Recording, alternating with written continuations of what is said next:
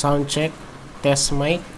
So welcome po ulit guys sa ating channel, Stock Pay. At bago po natin pag-usapan ang weekly update po natin sa mga top trending stocks, ay huwag kalimutang mag-subscribe sa ating channel at pakipress na rin po si all button para palagi po kayo ma-update at manonotify sa mga bagong videos na i-upload po natin about sa may stock market. So subscribe and click all button. Ayan, so dapat yan po yung itsura na subscribe, tapos ayun, subscribe all button. So ayan, let's start kay ASEN, ano. So wait lang po. Ayan, so bali pag-uusapan natin is monthly chart and weekly chart. Okay? So by the way, don't forget to follow my account sa my Investagrams kung meron ka pong account doon. So paki-search lang po StockPay and paki-click si all button or si follow button pala.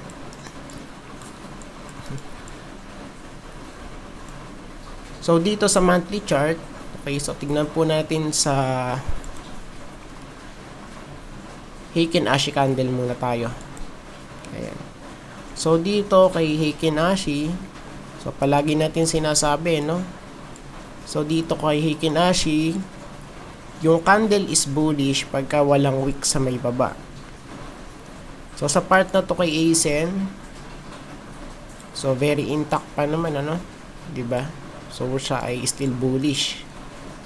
Since ano ba to? Since noong July, kasi sideways dito sa part na to eh. 'Di ba? Ayan, so sideways dito sa part na to eh. Tapos ayun. So bigla siya nag-pump, no? Ayan. Tapos ibalik natin sa normal candle. Ayan. So sa part na to, since tayo ay naka monthly chart, hindi pa naman kasi tapos to eh, 'di ba, si monthly candle. So dapat hintayin nating matapos yung December, no? Kaya para malaman natin yung pinaka final output na to. Ayan. So dito naman sa ating moving average, okay, so 50. So malayo, tapos 100. Okay, so malayo rin, ano? 200. Oh, ayan. So medyo siya ay intact pa naman din. Tapos parang ano to, no? So parang magko-crossover to si 100 at 50. So this is a good sign pag ganyan. Ah, di ba? So possible bullish crossover dito, no? Kay 50-day and 100-day moving average. Ayan. Tapos, so kay cloud naman, kung titingnan natin, so kay cloud, tingnan natin, ano? Sideways ba? So medyo sideways siya, no? Ayun, no? So flat sa may lower cloud, flat, tapos pataas naman sa upper cloud. So tingnan po natin to, ano? Oh, ayan. So i-check natin dito. So sana po mag-retest. Ayan. So saan siya pwedeng mag-retest dito? So possible dito, ano? Sa 6.9 or ayan, sa may 7 pesos, malapit dyan. O, ayan po. So, tignan natin, ano, sa this coming week pala, ayan. Tapos, so, dito naman sa ating RSI, so, overbought na eh. Diba? So, based dito sa kanya previous performance, okay, ang pinakamataas is eto. So inabot siya ng 80, ano ba to? 92.8. Okay. So eto yun, no? Ayan, sa part na to, no? Diyan. Tapos eto naman 86. So almost 87 right here. So 2000 ano pa ba to? 2013 to eh. So medyo ano na rin ano. Ayan, so medyo matagal na rin siya. So right now, si ASEN is nasa 80, ano ba to? 85, di ba? So super risky na pagka ganyan. Oh, ayan, no? So tingnan po natin kung siya ay magre-retest dito sa may 87.5, ano? Ayan. So tingnan po natin. So yung next is ito kay MACD. So still nagda-diverge pa naman si MACD line at signal line. So meaning talagang bullish, ano? Since siya ay nasa overbought area. Tapos so sa ating histogram, higher highs, no? So meaning bullish sa monthly chart. So dito sa volume, so meron bang demand? Ayan. So very obvious naman dito, no?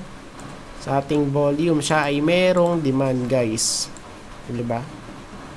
So siya ay nag-breakout noong July pa. Okay? Super bullish, ano? So what about naman sa weekly chart?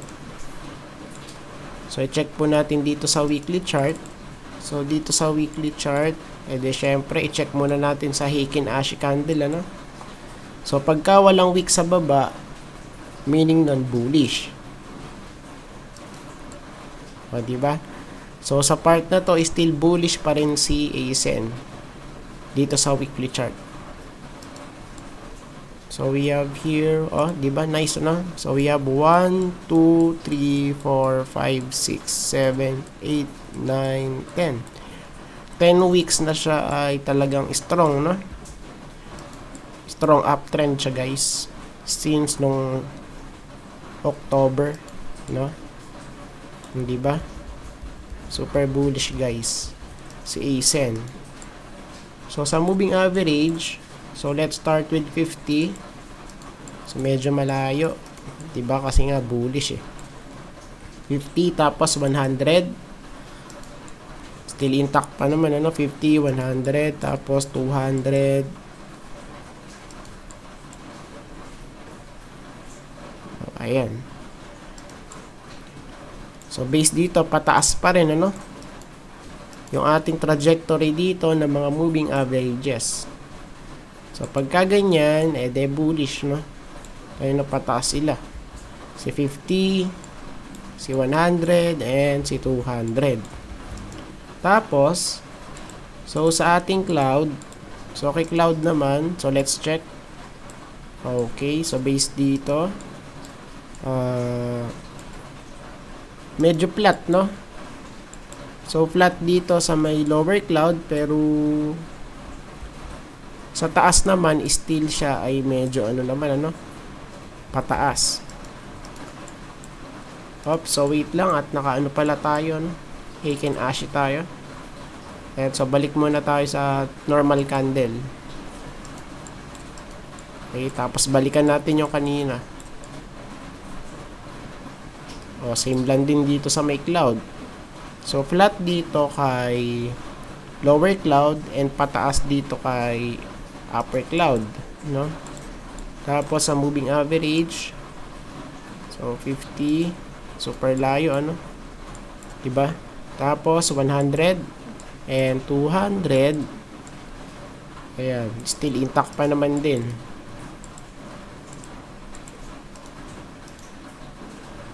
E paano kaya sa ano? Ayan, sa mga indicators natin dito. So base dito, okay, so overbought na rin to, guys. Diba? So base dito, oh, ayun. So almost na hit na to, no? Ito, oh. Okay, sa part na to. Ayan, kasi na-adjust siya eh. O, diba? Ayan, so parang nag-breakout pa nga dito eh. So, we have 1, tapos, o, diba, nakasaw-saw na sa may taas. Pero still, siya ay overbought, no? Take note, nasa 90 na po tayo dyan. Ayan, so bonus na lang o tataas pa yan. So, super risky pagka ganyan, ano? Nasa 90 na. Super taas, guys. Super bullish kasi, no? O, ayan. Tapos, kay MACD. So, dito kay MACD. So, base sa ating histogram, siya ay nag-print out na lang lower high. Ayan. Tapos, kay MACD line at signal line, still siya ay nagda-diverge. So, tignan po natin. Baka kasi biglang bumaluktot to, no? Yun ang delikado. So, unless na lang kung meron tayong catalyst na maganda. Ayan. OBV. So, dito naman kay OBV. So, ayan. So, pataas pa rin siya, diba? Oh. So, tignan po natin this week kung siya ay magkakaroon ng pullback, no? Ayan. So, yung next po natin, si MM. Ayan. So, let's go back sa monthly chart. Tapos, i-check po natin sa ano, sa Heikin Ashi candle. So, ayan. So, punta po tayo sa monthly chart. Tapos, Heikin Ashi candle. So, base dito, still bullish pa naman sa MM, no? Okay, sa monthly chart. So, tignan po natin kung siya ay... Okay, so magre-retest dito, no? So, tignan po natin. Okay, around here, sa may 6 point, ano ba to? 6.7 pesos. Ayan, kasi ito yung pinakamataas niyang price, eh. All-time high, no? Diyan, malapit dyan, guys. 6.7, no? Tapos, so, ibabalik natin to sa normal candle, si MM. So, para siyang spinning top, no? Eto. Diba? So, para siyang spinning top, guys. Kaya possible siya ay reversal. Pero tignan natin, ano? Since tayo nga is naka-monthly chart pa. So, hindi pa to tapos. Si monthly candle na yan. Ayan. So, pwede pa yung mabago, no? And sa ating moving average, 50. Okay, 50. Not applicable. Monthly. So, 100. Wala rin. 200. Ayan. Cloud. Okay. So, hindi pa naman applicable to, no? Ayan. Tapos, ayan. So, dito rin sa mga indicators, hindi pa rin siya applicable kasi nga, bago pa lang si MM dito sa PSE. So, let's proceed sa weekly chart para meron tayong makita kahit konti. So, punta tayo sa Heikin Ashi candle. Okay, so base dito, so sabi natin pagka walang wick sa may baba, bullish yun, ano? So bullish, bullish, bullish. Okay. And sa part na to, medyo sideways na siya, guys. Si MM, no? So bakit? Kasi base dito, siya ay meron ng wick sa may baba ng candle, no? So meaning yan, sideways, no? Yung stock na yon. Ayan. So, tignan po natin dito, no? Kasi siya ay sideways, eh, di ba? Series of lower highs. High, lower high, lower high. And low, higher low, higher low. Di ba? Sideways. Tapos, i-check po natin sa normal candle. Okay. So, dito, 3 consecutive na siya ay sideways, di ba? So, puro red.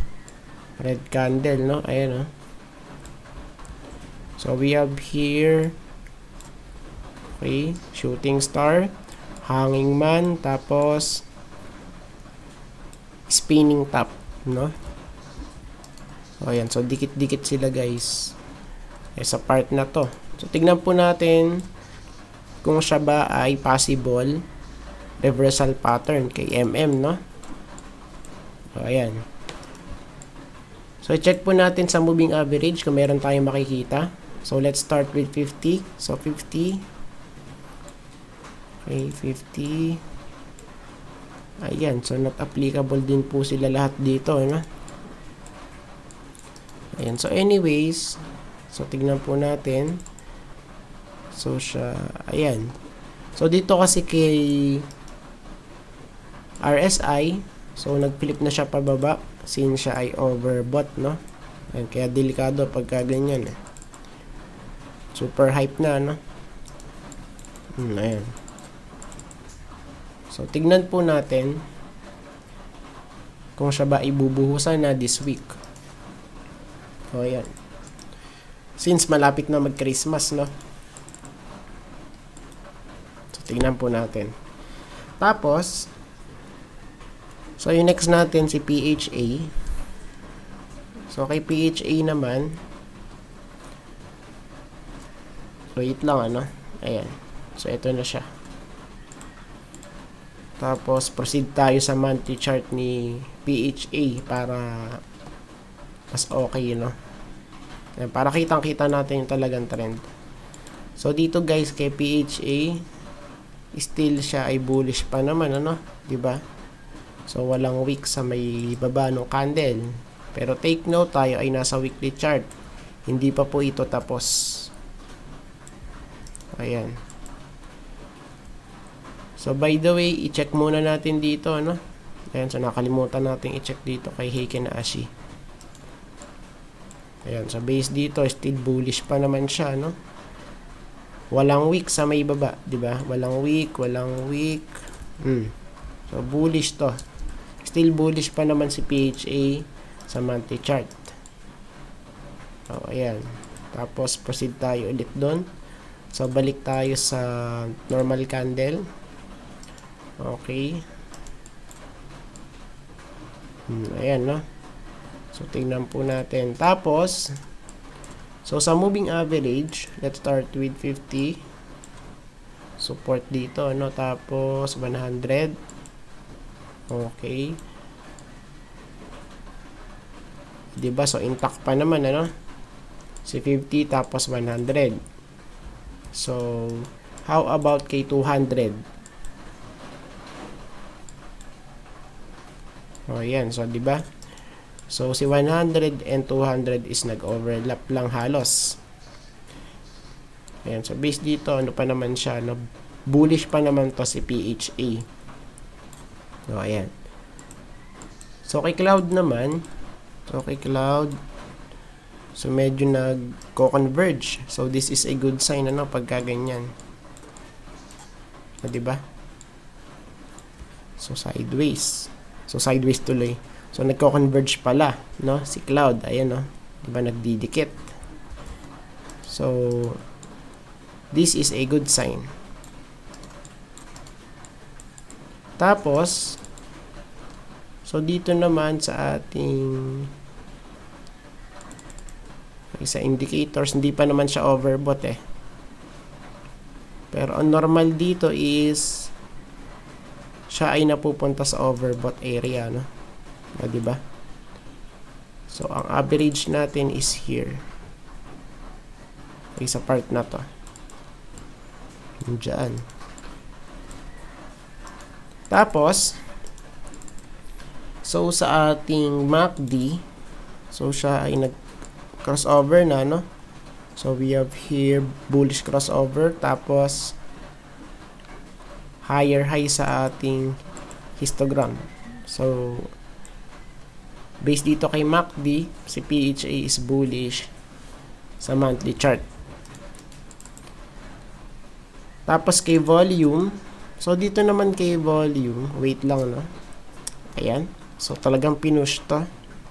Pero dapat kasi siya ay magkaroon ng pullback. Diba, wala pang pullback since noong September. Super bullish nga, diba? Ayun, no? So, let's wait na siya ay magkaroon ng pullback. Ayan. Tapos, i-check natin sa weekly chart, no? Ayan, para talagang updated tayo.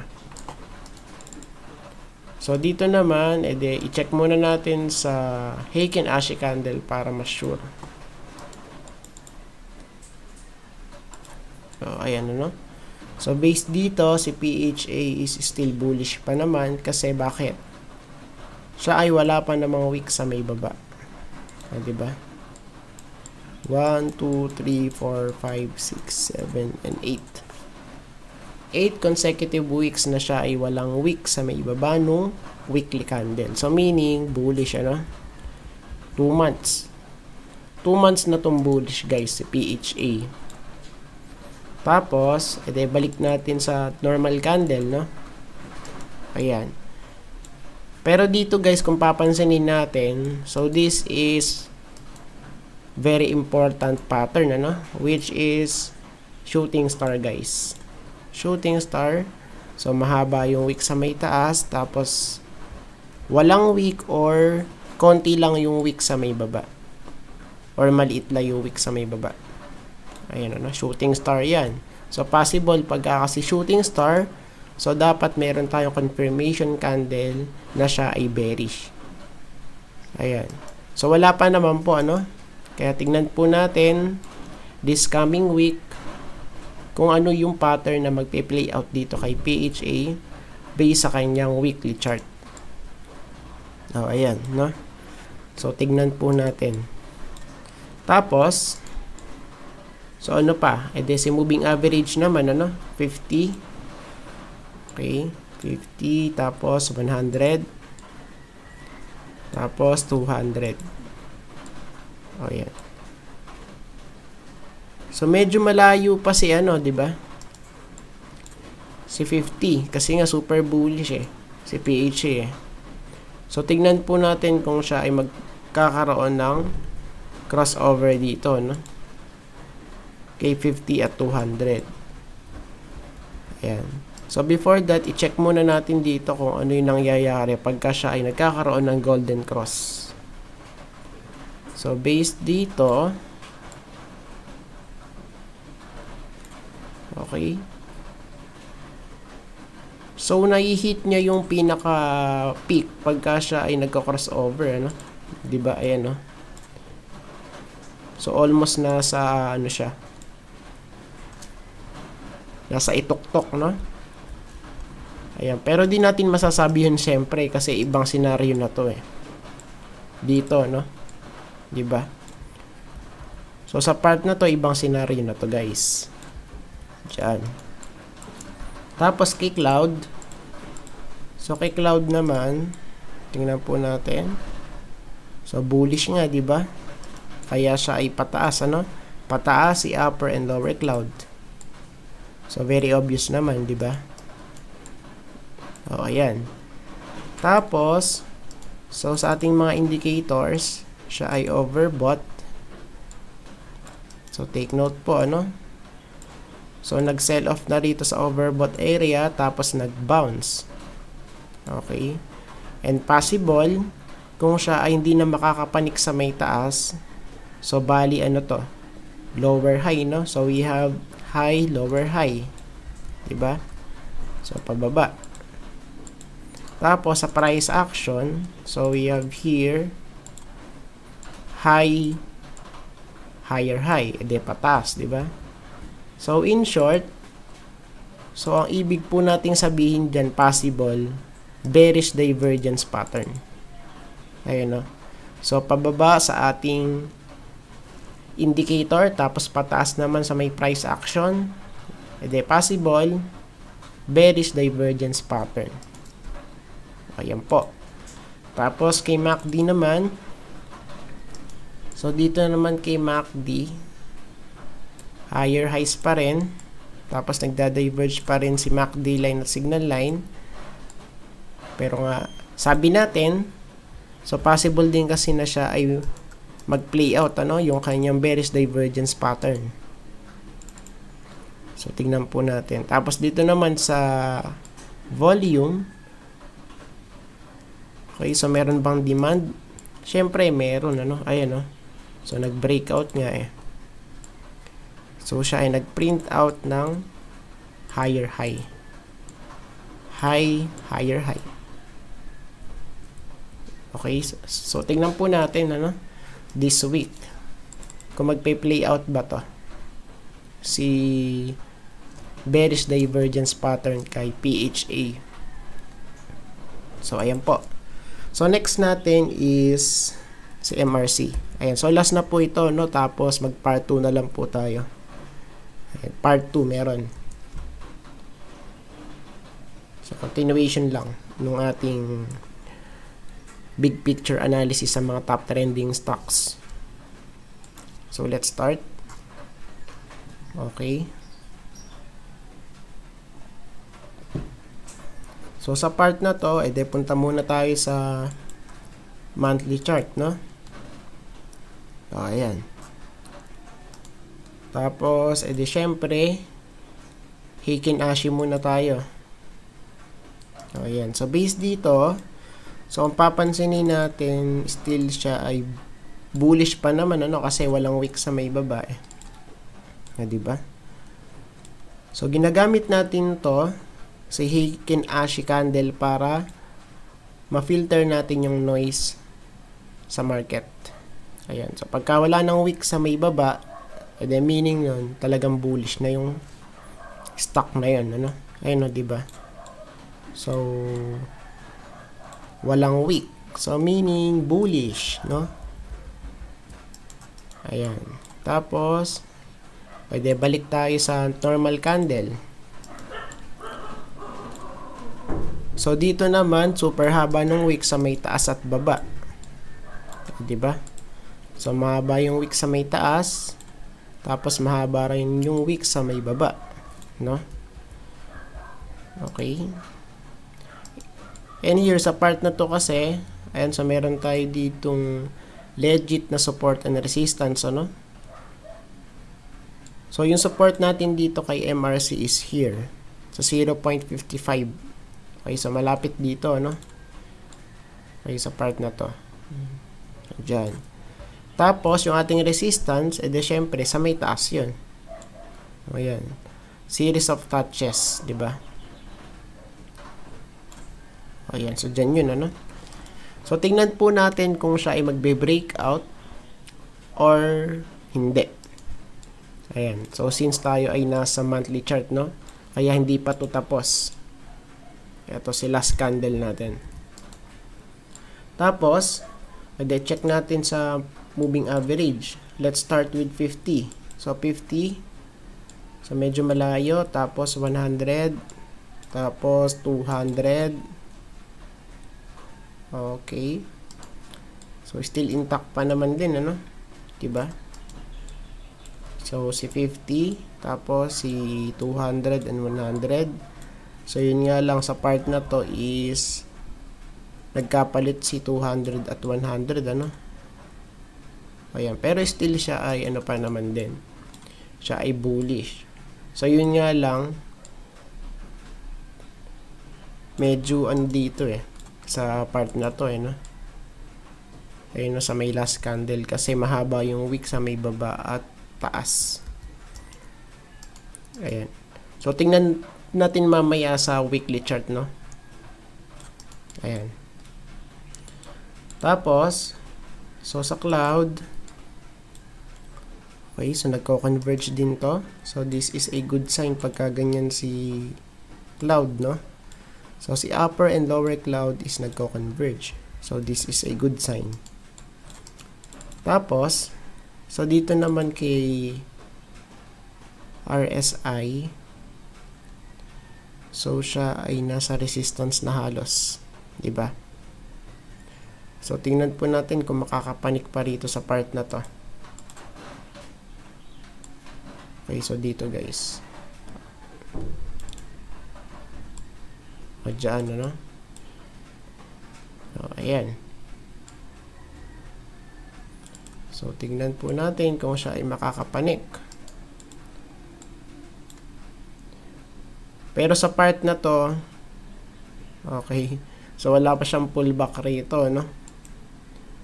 And sa monthly chart. So, dito meron konti nga lang, ano? So, halos hindi halata. And kay MACD, so kay MACD naman, higher high sa may histogram. Tapos, so we have here a bullish crossover kay MACD line at signal line. So, meaning in short sa monthly chart, si MRC is bullish pa rin, ano? Ayan. Tapos kay OBV, so nag-breakout ulit siya, no? So, we have here higher high, higher high. So, pagka ganyan, bullish, ano? So, pagka siya ay nag-print out ng higher high. Tapos, i-check natin ngayon sa weekly chart. Ayan. So, para meron tayong basis, ano? Okay.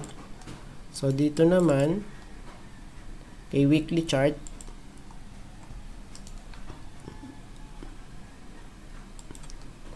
so, i-check po natin sa may Heikin Ashi candle.